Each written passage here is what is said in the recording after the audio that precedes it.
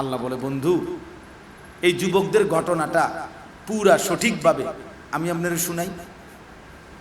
আল্লাহ বলতেছে নবীজি মায়া করে, দোস্ত গল্পটা আমি শুনাই, আপনি শোনেন আমার থেকে। আসহাবে কাহাফ, সূরা কাহাফের 7 জন যুবক যারা সমবয়সী ছিল, যারা পুরা জাতি মূর্তি পূজা করত, শিরিক করত, কুফরি করত, পুরা জাতি মূর্তির সামনে প্রাণী জবাই করে রক্ত দিয়া মেখে দিত। বাদশাও ছিল মূর্তি পূজক, ওদের মা বাবাও ছিল মূর্তি পূজক। এই সমস্ত জাতির মোকাবেলায় 7 জন যুবক আল্লাহর উপরে ঈমান এনেছিল এবং তারা পুরা দেশের মোকাবেলায় ঈমানের ঘোষণা দিয়েছে। বাদশাহ তখন তাদেরকে রাজ দরবারে ডাকছিল, জানতে চাইছিল তোমরা কি বলতে চাও, তোমরা কাকে ডাকো? আমরা সকলে আমাদের এই মূর্তিকে, দেব দেবীকে ডাকি, এদেরকে বাদ দিয়ে তোমরা কাকে ডাকো? তো আল্লাহ তাআলা নবীজিকে বলতেছেন, নাহনু নাকুসসু আলাইকা নাবাআহুম বিল হক ইন্নাহুম ফিতয়াতুন। তারা ছিল কিছু যুবক, আমানু বিরব্বিহিম, তারা তাদের রব আল্লাহর প্রতি ঈমান এনেছিল, ওয়াজিদনাহুম হুদান, প্রয়োজনের মুহূর্তে আমি তাদের ঈমান, তাদের হেদায়েত আরো বাড়িয়ে দিলাম। ওয়ারাবাতনা আলা কুলুবিহিম ইজ কামু, বাদশার সামনে, পুরা দেশবাসীর সামনে, নিজেদের পরিবার, অভিভাবক, বাবা মা সকলের সামনে যখন তারা দাঁড়াইল, ওই যে বাদশা জিজ্ঞাসা করলো আর তারাও দাঁড়াইয়া মাত্র বলবে, আল্লাহ বলেন ওই মুহূর্তে, এটা চারটিখানি কথা না, চারিদিকে সৈন্য সামন্ত, তীর তরবারি, বাদশা প্রচন্ড অহংকারী দাকিয়ানুস এবং প্রচন্ড জিদ্দি। তার সিদ্ধান্ত ছিল যে তার দেবতার বিরুদ্ধে বললেই কল্লা ফালাই দিবে। এরকম ভয়ঙ্কর মুহূর্তে যুবকরা যখন দাঁড়াইল, আল্লাহ বলেন ওয়ারাবাতনা আলা কুলুবিহিম, আমি আল্লাহ নিজে তাদের কলিজার ভিতরে ঈমানকে বাইধা দিলাম, একদম বাইধা, টাইট করে বাঁধতে। ওয়ারাবাতনা, আমি যেন শক্ত রশি দিয়ে বেঁধে দিলাম, মজবুত করে দিলাম। ফাকালু, তারা তখন দাঁড়িয়ে বলল, রব্বুনা রব্বুস সামাওয়াতি ওয়াল আরদ, আমাদের রব তিনি 7 আসমান ও জমিনের রব যিনি। লান নাদউ মিন দুনিহি ইলাহান, ওই আল্লাহকে ব্যতীত আমরা আর কাউকে ইলাহ হিসাবে ডাকবো না, আর কাউকে না, কোন পাথরের সামনে, মূর্তির সামনে আমরা মাথা ঝুঁকাবো না, তিনি একজনই, আমরা তাকেই ডাকবো। লাকাদ কুলনা ইদান শাতাতা, যদি আল্লাহকে ভিন্ন কাউকে ডাকি সেটা হবে গ্রহিত অপরাধ, চূড়ান্ত অন্যায়, অতএব আমরা আল্লাহকে ছাড়া আর কাউকে ডাকবো না। আল্লাহ তাআলা বলেন, এই যুবকরা বাদশার দরবার থেকে ফিরে, বাদশা তাদেরকে অল্প বয়সের কারণে ভাবনা চিন্তার জন্য সময় দিছিলেন, যে যুবক তোমরা অল্প বয়সী, কিশোর, নওজোয়ান, আমি তোমাদেরকে সুযোগ দিলাম। এই সামান্য সময়ের জন্য তাদেরকে ছেড়ে দিছিল। 7 যুবক গর্তের মধ্যে গিয়া, আলাদা গুহার মধ্যে গিয়া গোপনে আশ্রয় নিল। আমি সংক্ষেপে শেষ করতে চাচ্ছি আর কি। তো গুহার মধ্যে গিয়া আশ্রয় নিয়ে এই 7 যুবক একাকী আল্লাহর কাছে একটা দোয়া করছে। যুবক ভাই শুনো এই শেষ কথাটা। তো আল্লাহর কাছে দোয়া করছে কি, রব্বানা আতিনা মিন লাদুনকা রাহমা, আল্লাহ আপনি আমাদেরকে আপনার কাছ থেকে রহমত দান করেন, দয়া করেন। ওয়াহাইয়্যি লানা মিন আমরিনা রাশাদা, আমরা এখন কি করব, আমাদের পরবর্তী পদক্ষেপ আপনি সহজ করে দেন, আপনি বাতলাইয়া দেন, আমরা কোন দিকে যাব, কি করব, নিজেদের ঈমান হেফাজত করব কেমনে, আর এই কওমের, জাতির ঈমান ফিরাবো, আনবো কেমনে, তাদেরকে আপনার দিকে ফিরাবো কেমনে, আমনে বলে দেন, আমনে পথ দেখায়া দেন। সুবহানাল্লাহ। আল্লাহ তাআলা বলছে, আমি বুঝানোর জন্য বলতেছি আর কি। আল্লাহ তাআলা বলেন, ফাদরাবনা আলা আদানিহিম ফিল কাহফি সিনিনা আদাদা, আমি সেই যুবকদেরকে বললাম, বহুত কষ্ট কইরা, হিম্মত কইরা, ঈমান বাঁচাইয়া এই গুহার মধ্যে আসছো, আমি আল্লাহর জন্যই এত বড় কুরবানি করছো, মা বাপ পরিবার সব ছেড়ে দিছো, তোমরা অনেক বড় তোমাদের উপরে ধকল গেছে, তোমরা একটু বিশ্রাম করো, কাইথো একটু শোয়ার থেকে উঠলে পরে বুঝবে।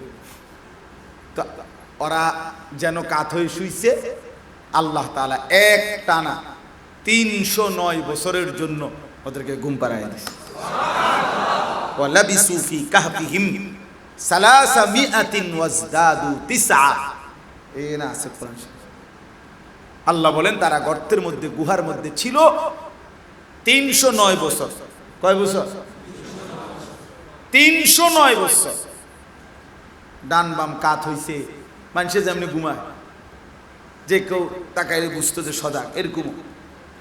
তো এখন প্রশ্ন হইল, আল্লাহ বলেন আরে তারা তো চাইছিল আল্লাহ আমাদের পথ বাতলাই দেন, আমরা কি করবো, কেমনে জাতিকে সংশোধন করবো, কেমনে নিজেরা ঠিক থাক। আল্লাহ তা করে কি করাই দিল? ঘুম পাড়ায় দিল। তো তারা যেন বলল আল্লাহ চাইলাম আপনার কাছে চলার পথ, আগামীর পথ, আপনি আমগরে দিলেন হোতাইয়া, মানে ঘুম পাড়াইয়া। কথা বুঝেন? আল্লাহ তাআলা বলছেন যুবক, তোদের হিম্মত, তোদের ঈমান, তোদের সাহসী উচ্চারণ আমার এতটা পছন্দ হয়েছে, তোমরা ঘুমাও, তোমাদের পক্ষ হয়ে পুরা জাতির সংশোধন আমি আল্লাহই করে দিচ্ছি।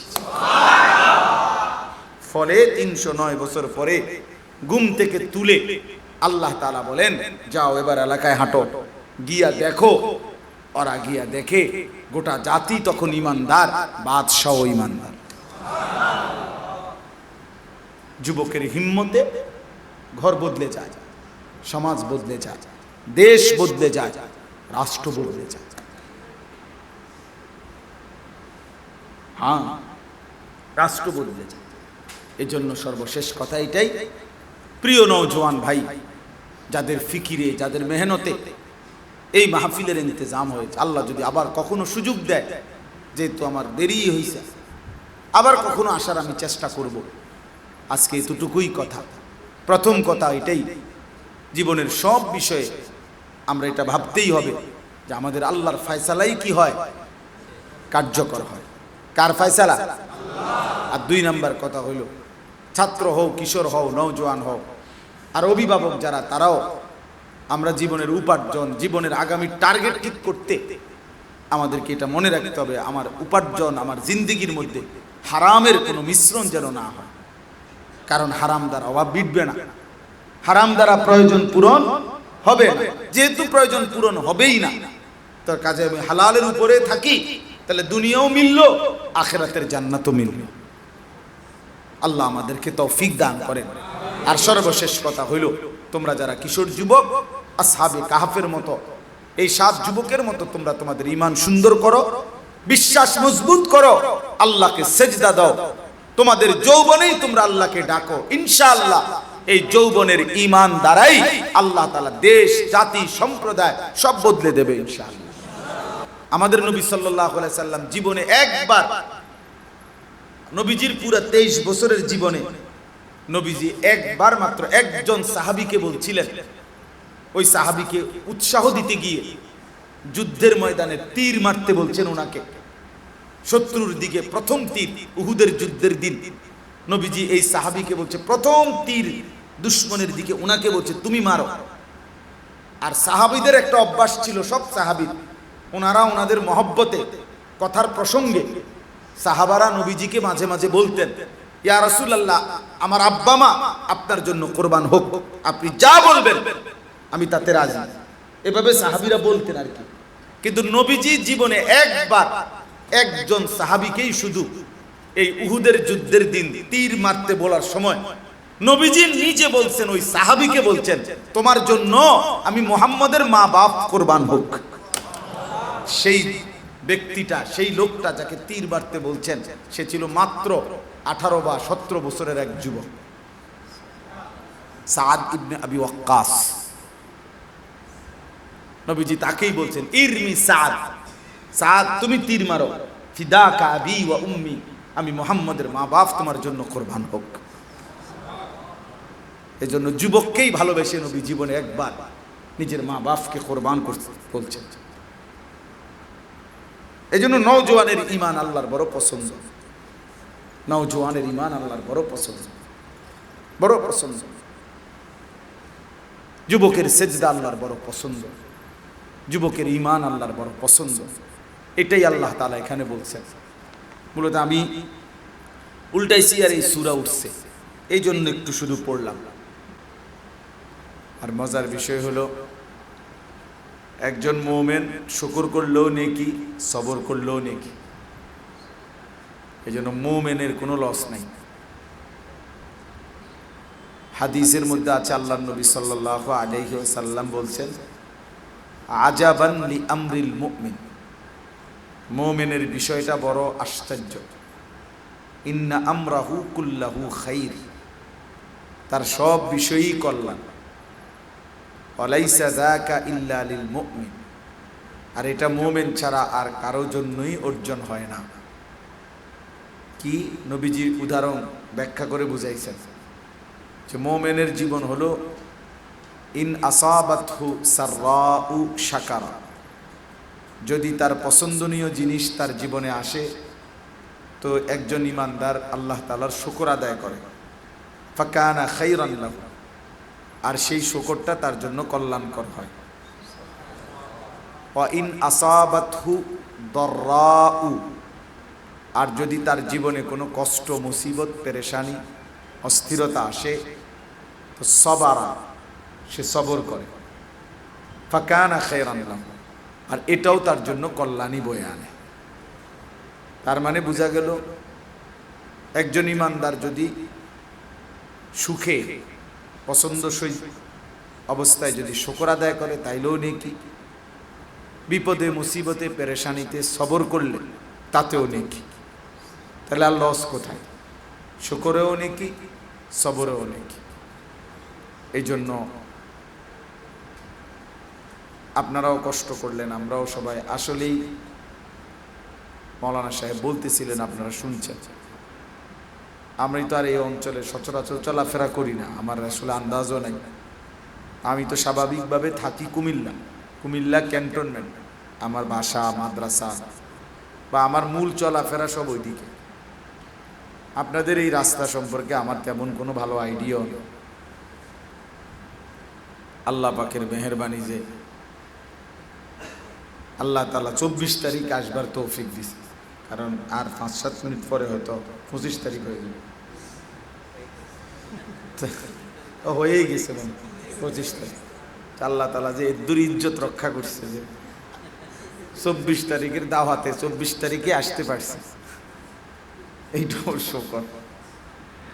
আমার একজন ভাগিনা, যার মাদ্রাসায় আমি মাগরিবের পরে বয়ান করছিলাম, ও আমার সম্পর্কে ভাগিনা হয়, উত্তরা।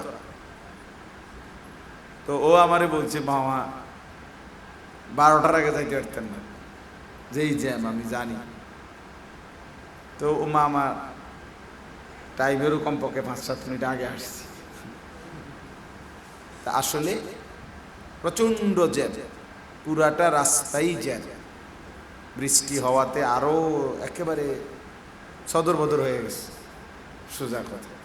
ওই ভাই মাঝপথে আবার মোটর সাইকেলে উঠছি, ওইটা আবার ভিতরে দিয়া অনেক ঘুরা নাও জোর পর্যন্ত যখন আসছি, তখন আমার গাড়ি আর আগায় উঠছে, আবার উঠছি গাড়িতে।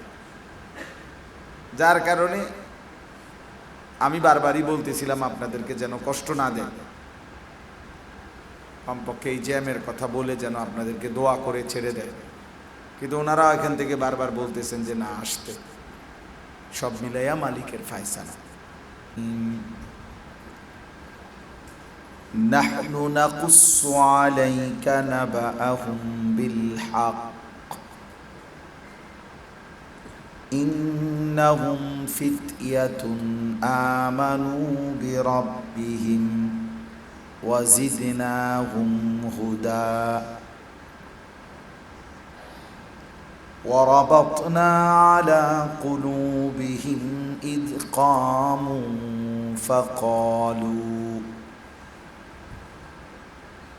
فقالوا ربنا رب السماوات والأرض لن ندعو من دونه لن ندعو من دونه إلها لقد قلنا إذا شططا صدق الله مولانا العظيم وقال نبينا صلى الله عليه وسلم يا شباب قريش غضوا أبصاركم واحسنوا فروجكم اللهم صل على محمد وعلى آل محمد كما صليت على إبراهيم وعلى آل إبراهيم إنك حميد مجيد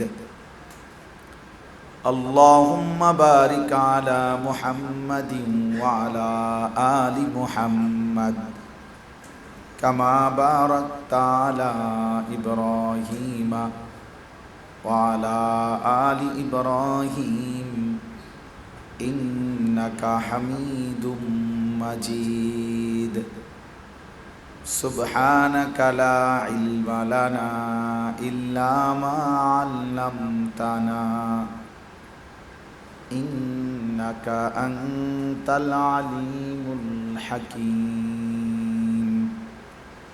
الحمد لله আল্লাহ পাক রব্বুল ইজ্জত জুল জালাল ওয়াল ইকরামের ফজল করম রব্বুল আলামিনের ইহসান মেহেরবানি দয়া আল্লাহ তাআলা আমাদেরকে আজ 24 জুলাই 2025 রোজ বৃহস্পতিবার গাজীপুর মহানগর 10 নং ওয়ার্ড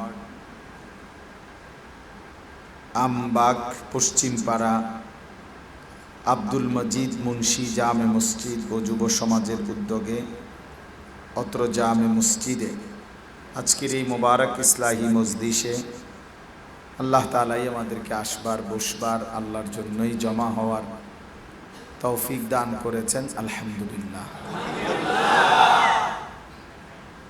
আল্লাহর জন্য আসছেন, আল্লাহর জন্যই বসছেন। তো মালিকের ঘরে মালিক একটু বেশি সময় বসাইছেন, আর কি বেশি সময় বসার সুযোগ দিয়েছেন। এটা আল্লাহ তাআলার ফজল।